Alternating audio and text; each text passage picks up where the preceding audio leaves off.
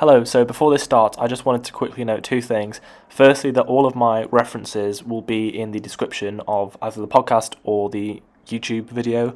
And secondly, if it looks like I'm staring ahead of the camera, it's because I'm reading a script and I don't have a studio, I don't have an auto cue, so my script was just above the camera, so that's why, but I hope you enjoy. Okay, so last week Erica presented you with her essay focusing on two key texts, The Secret History and Mary Shelley's Frankenstein. This week I'm going to be talking a little about two more texts, that is Virginia Woolf's Orlando and Ottessa Moshfegh's My Year of Rest and Relaxation. In particular, I'm going to be talking about the ways in which embodiment is represented in the two novels as a process associated with identity formation. This is something I wrote an essay on a little while ago and something I have found really interesting and wanted to expand upon a little bit, hence why I'm talking about it today. So, if poetry is indeed, as is suggested in Virginia Woolf's Orlando, a secret transaction, a voice answering a voice, it is surely the person Orlando who must embody the poet so that she may partake in this transaction between one internal voice and another. As Rachel Balby states, real life itself in the novel is shown to be made up of imaginary identifications, and thus Orlando's living as most fundamentally a poet is constructed of vibrant instances of imagination which serve to vivify her life. It is only if one lives as the poet, or more precisely embodies the noun and all it encapsulates,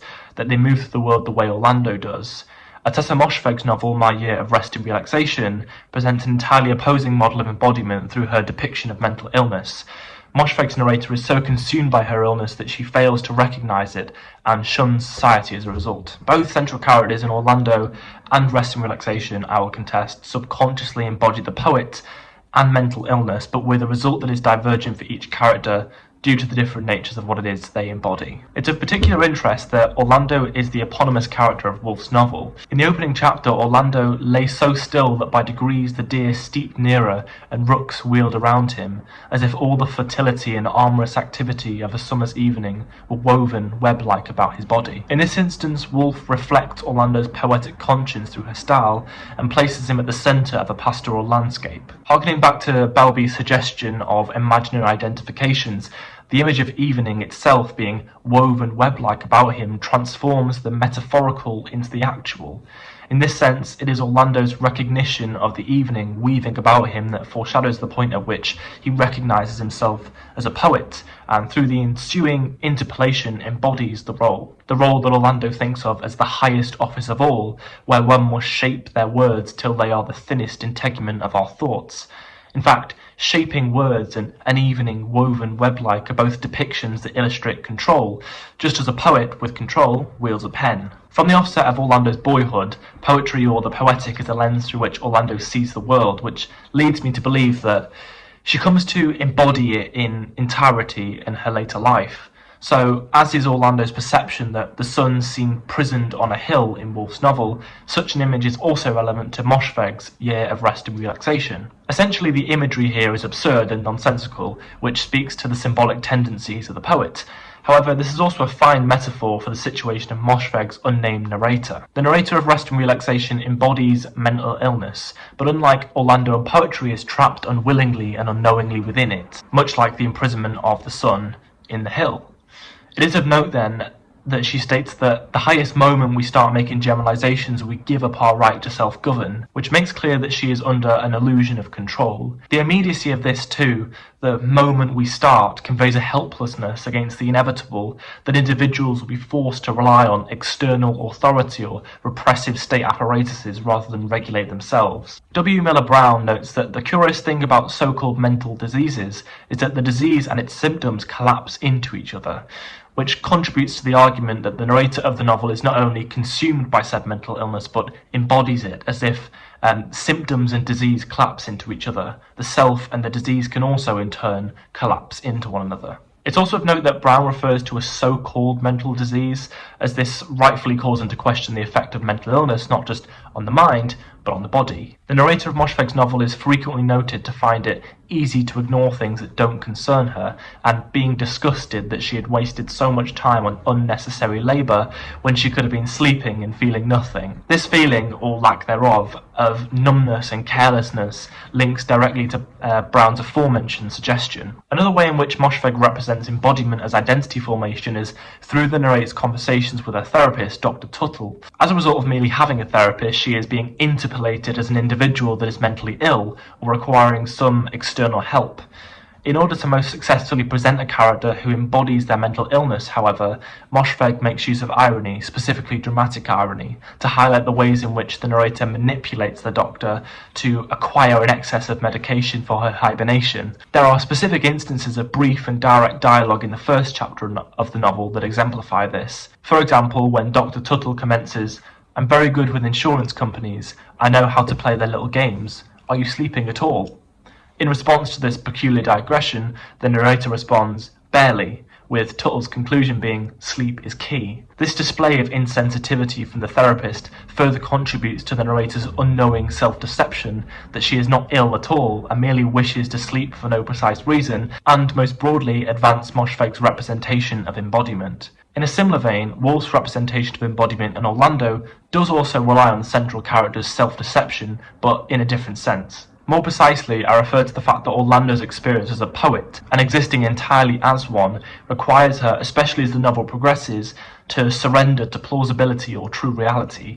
That is not to say she does not live and engage enthusiastically with society, especially when she is an Elizabethan boy conversing with and observing other nobles, or indeed the way she adapts to the typically feminine mannerisms immediately after her miraculous transition from a man to a woman. Alas, this is to say that to embody the poet is to accept that, by the truth we are undone, life is a dream. Dreams, though, one may plausibly add, rely on the real-life experiences so as to conjure their own manifestations, and with this I would agree. With this in mind, I draw focus to Victoria L. Smith, who proposes, in this interchange between representation and the real, Woolf does not leave us simply with a gap, but rather writes in the spaces in between. She writes in the space of not, fiction or real, or of neither or.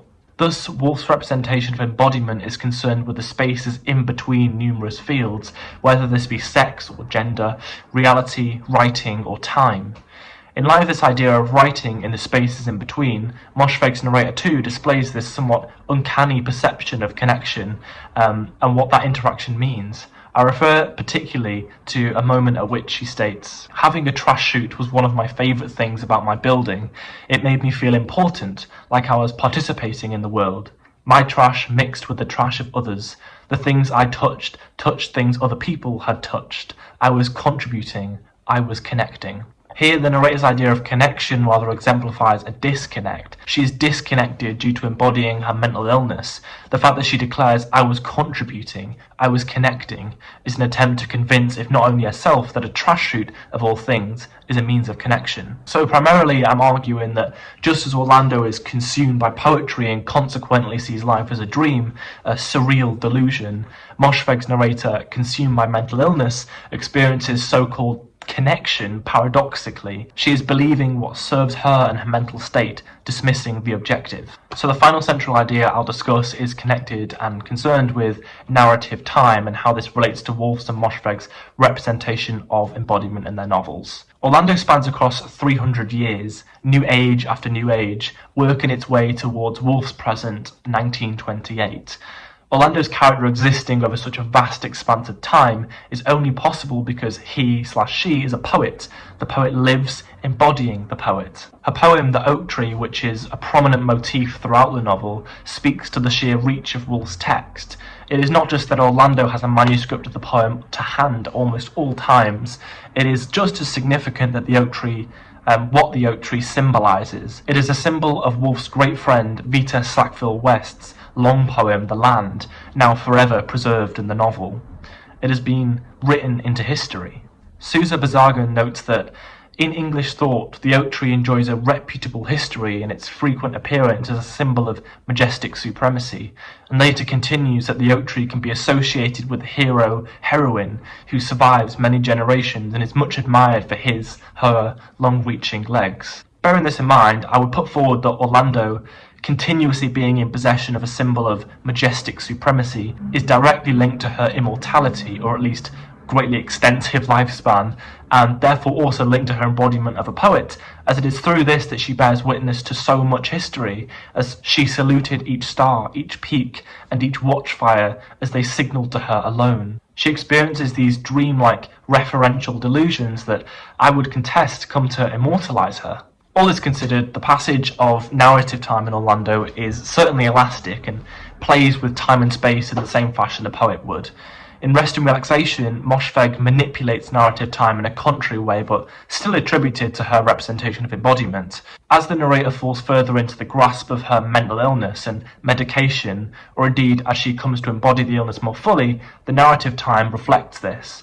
Most distinctly, I would draw focus to the 7th chapter of the novel. After she took the 40 infamiterol, went to the bedroom, fluffed the pillow and lay down, we experience a jump of 3 days, where she came into pitch darkness.